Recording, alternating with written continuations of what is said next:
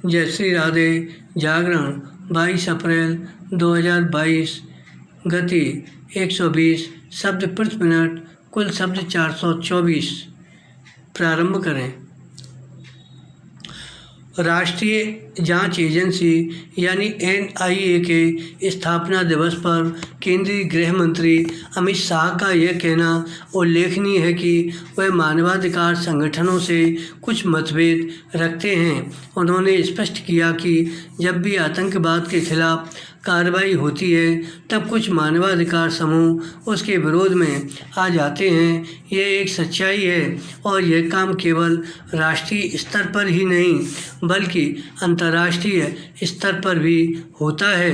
इसी कारण बीते दिनों विदेश मंत्री जयशंकर ने यह कहने में संकोच नहीं किया कि भारत भी अमेरिका में मानवाधिकारों के उल्लंघन पर नज़र बनाए हुए है। उन्हें यह टिप्पणी इसलिए करनी पड़ी क्योंकि अमेरिका विदेश मंत्री ने यह कहा था कि उनका देश भारत में मानवाधिकारों के हनन की निगरानी कर रहा है। यह अच्छा हुआ कि भारत ने अमेरिकी सांसद इल्हान उमर के पाकिस्तान दौरे के समय उनकी गुलाम कश्मीर की यात्रा पर भी दो टूक शब्दों में कहा कि यह उनकी ओछी राजनीति का परिचायक है।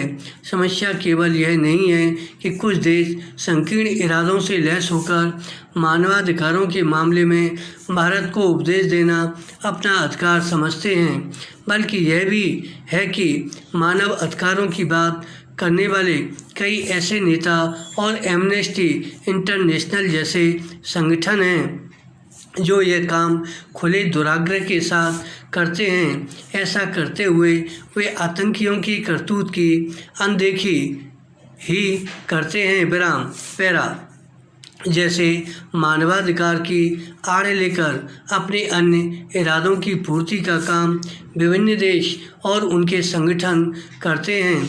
वैसे ही स्वदेश में यही काम कुछ राजनीतिक दल भी करते हैं। अपने देश में आतंकवाद का शायद ही कोई मामला ऐसा हो जिस पर छिछली राजनीति न की जाती हो। इस राजनीति का निकृष्ट रूप तब देखने को मिला था जब मुंबई हमले को आरएसएस की साजिश बताने की कोशिश की गई। यह भी किसी से छिपा नहीं कि किस तरह हिंदू संगठनों को लश्कर और जैसे भी अधिक खतरनाक बताया गया, या फिर बाटला हाउस मुठभेड़ को फर्जी बताने की होड़ लगी, अथवा आतंकियों के खिलाफ चल रहे मुकदमे वापस लेने की कोशिश की गई। क्या इससे खराब बात और कोई हो सकती है कि राजनीति आतंकवाद से लड़ने में बाधक बने?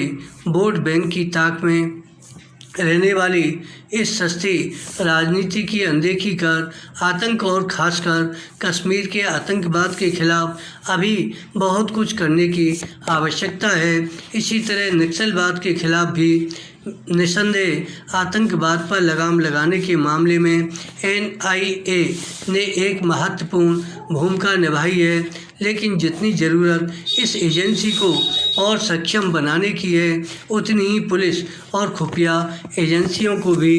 विराम। धन्यवाद।